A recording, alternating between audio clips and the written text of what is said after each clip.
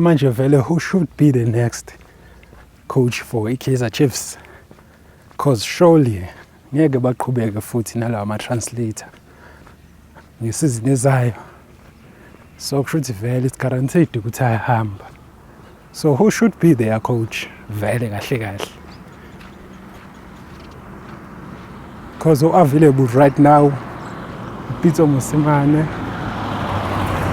is available, and kudala abalandeli bethi bayamfuna uPitso, and now go available for free.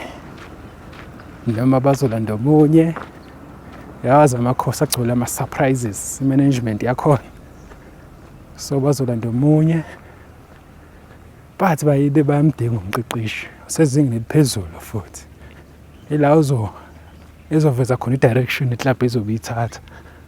Which direction are they taking? Are they serious?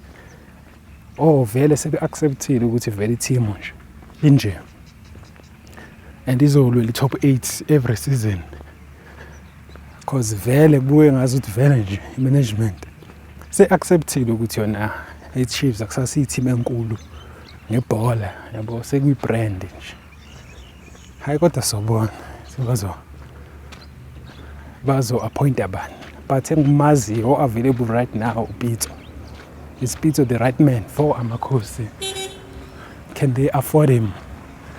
Yiyo inkinga. Hlezi kushiwo.